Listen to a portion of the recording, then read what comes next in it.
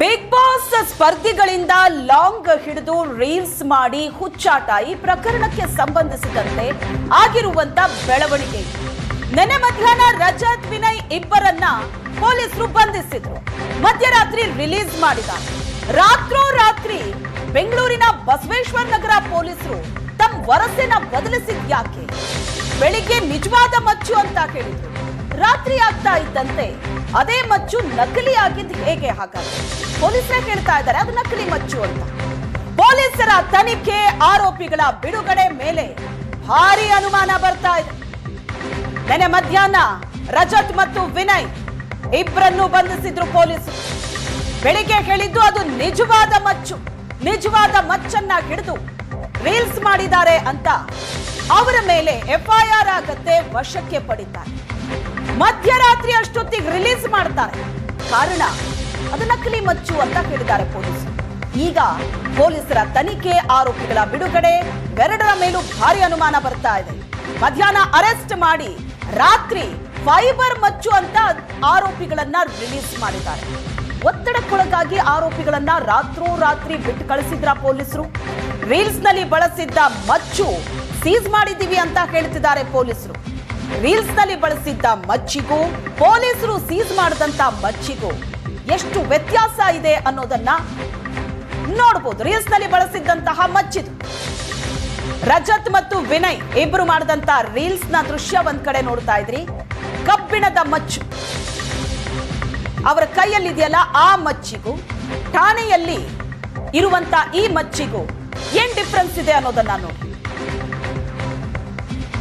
Reels ನಲ್ಲಿ ಬಳಸಿದ್ದಂತಹ ಮಚ್ಚನ್ನ seize ಮಾಡಿದೀವಿ ಅಂತ ಪೊಲೀಸರು ಹೇಳ್ತಾ ಇದ್ದಾರೆ. ಪೊಲೀಸರು ಸೀಸ್ ಮಾಡಿರುವಂತಹ ಮಚ್ಚು ಎರಡನೇ ದೃಶ್ಯದಲ್ಲಿದೆ. ಅದು ಫೈಬರ್ ಮಚ್ಚು.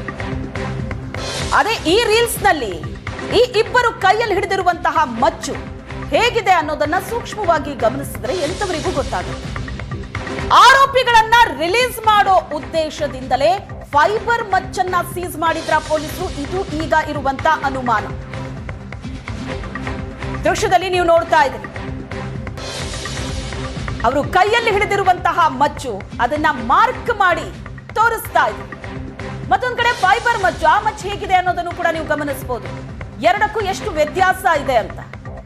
ಬೆಳಿಗ್ಗೆ ಇದು ನಿಜವಾದ ಮಚ್ಚು ಅಂತ ಹೇಳಿ ಮಧ್ಯಾಹ್ನದಷ್ಟೊತ್ತಿಗೆ ಅರೆಸ್ಟ್ ಮಾಡಿದ್ರು. ರಾತ್ರಿ ಆಗೋಷ್ಟರಲ್ಲಿ ಇದು ನಕಲಿ ಮಚ್ಚಾಗಿದ್ದು ಹೇಗೆ? ಎಫ್ಐಆರ್ ಆಗತ್ತೆ. ಅದಕ್ಕಿಂತ ಮುಂಚೆ ಯಾವ ಮಚ್ಚನ್ನ ಕೈಯಲ್ಲಿ ಹಿಡಿದು ರೀಲ್ಸ್ ಮಾಡಿದ್ರು, ಎಲ್ಲಿ ರೀಲ್ಸ್ ಮಾಡಿದ್ರು, ಯಾವ ಸಂದರ್ಭದಲ್ಲಿ ರೀಲ್ಸ್ ಮಾಡಿದ್ರು, ಇದರ ಬಗ್ಗೆ ಮಾಹಿತಿಯನ್ನ ಪೊಲೀಸರು ಪಡ್ಕೊಂಡಿರ್ಲಿಲ್ವಾ? ರೀಲ್ಸ್ ನೋಡಿ ಇಮಿಡಿಯೇಟ್ಲಿ ಎಫ್ಐಆರ್ ಹಾಕಿ ಅರೆಸ್ಟ್ ಮಾಡಿ ಕರ್ಕೊಂಡು ಬಂದು ರಾತ್ರಿ ಆಗ್ತಾ ಇದ್ದಂತೆ ಅದನ್ನ ಫೈಬರ್ ಮಚ್ಚು ಅನ್ನೋ ನಿರ್ಧಾರಕ್ಕೆ ಪೊಲೀಸರು ಹೇಗೆ ಬಂದ್ರು ಅಂತ ಪ್ರಶ್ನೆ ಮಾಡೋ ಹಾಗಾಗಿದೆ. ಈಗ ದೃಶ್ಯದಲ್ಲಿ ನೋಡ್ತಾ ಇದ್ರಿ, ಮಾರ್ಕ್ ಕೂಡ ನಾವು ಮಾಡ್ತಾ ಇದ್ವಿ.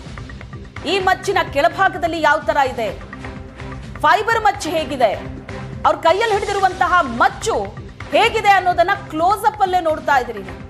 ಎಷ್ಟು ವ್ಯತ್ಯಾಸ ಇದೆ ಅನ್ನೋದನ್ನ ಸ್ಕ್ರೀನ್ ನೋಡಿದ್ರೇನೆ ನೀವು ಗಮನಿಸಬಹುದು.